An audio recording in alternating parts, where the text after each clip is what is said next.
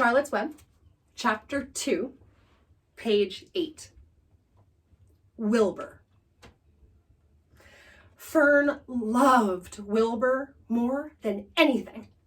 She loved to stroke him, to feed him, to put him to bed. Every morning, as soon as she got up, she warmed his milk, tied his bib on, and held the bottle for him. Every afternoon when the school bus stopped in front of her house, she jumped out and ran to the kitchen to fix another bottle for him. She fed him again at supper time, and again just before going to bed. Mrs. Arable gave him a feeding around noontime each day when Fern was away in school. Wilbur loved his milk, and he was never happier than when Fern was warming up a bottle for him. He would stand and gaze up at her with adoring eyes. For the first few days of his life, Wilbur was allowed to live in a box near the stove in the kitchen. Then, when Mrs. Arable complained, he was moved to a bigger box in the woodshed. At 2 weeks of age, he was moved outdoors. It was apple blossom time, and the days were getting warmer. Mrs. Arable fixed a small yard especially for Wilbur under an apple tree and gave him a large wooden box full of straw with a doorway cut in it so that he could walk in and out as he pleased. "Won't it be cold at night?" asked Fern. "No," said her father. "You watch and see what he does." Carrying a bottle of milk, Fern sat down under the apple tree inside the yard. Wilbur ran to her and she held the bottle up for him while he sucked. When he had finished the last drop, he grunted and walked sleepily into the box. Fern peered or looked through the door, and Wilbur was poking the straw with its snout. The snout is a pig's nose. In a short time, he had dug a tunnel in the straw. He crawled into the tunnel and disappeared from sight, completely covered with straw. Fern was enchanted. It relieved her mind to know that her baby would sleep covered up and would stay warm. Every morning after breakfast, Wilbur walked out to the road with Fern and waited with her till the bus came. She would wave goodbye to him, and he would stand and watch the bus until it vanished around the turn. While Fern was in school, Wilbur was shut up inside the yard, meaning he was locked in the yard. But as soon as she got home in the afternoon, she would take him out and he would follow her around the place. If she went into the house, Wilbur went too. If she went upstairs, Wilbur would wait at the bottom step until she came down again.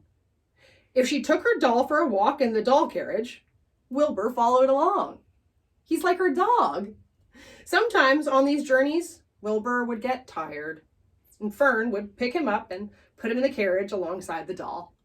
He liked this.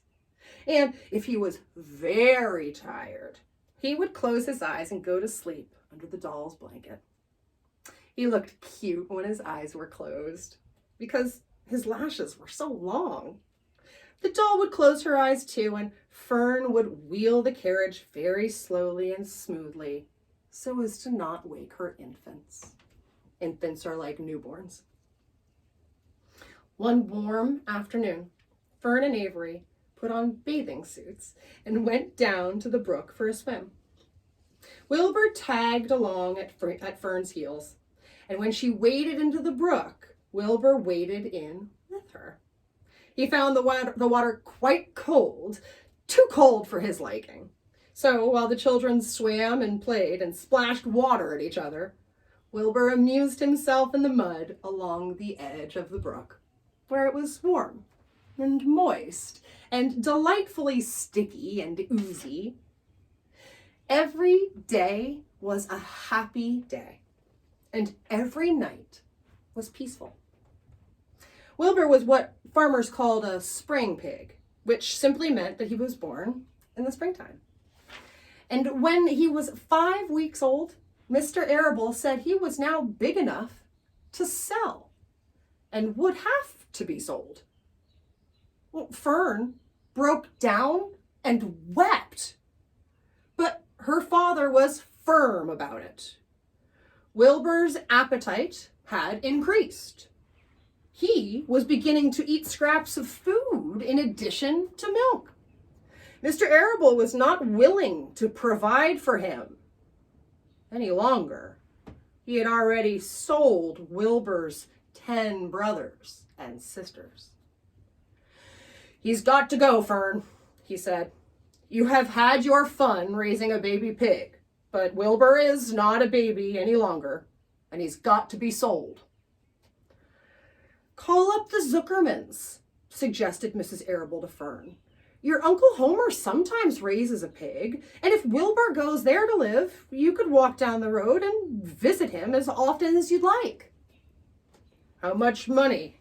Excuse me, it's Fern. "How much money should I ask for him?" Fern wanted to know. "Well," said her father, "he's a runt. Tell your Uncle Homer you've got a pig you'll sell for $6 and see what he says." It was soon arranged. Fern phoned and got her Aunt Edith, and her Aunt Edith hollered for Uncle Homer, and Uncle Homer came in from the barn and talked to Fern. When he heard that the price was only $6, he said that he would buy the pig. Next day, Wilbur was taken from his home under the apple tree and went to go live in a manure pile in the cellar of Zuckerman's barn. Just to wrap up chapter 2, making sure that you understand what manure is, this is where Wilbur is now living.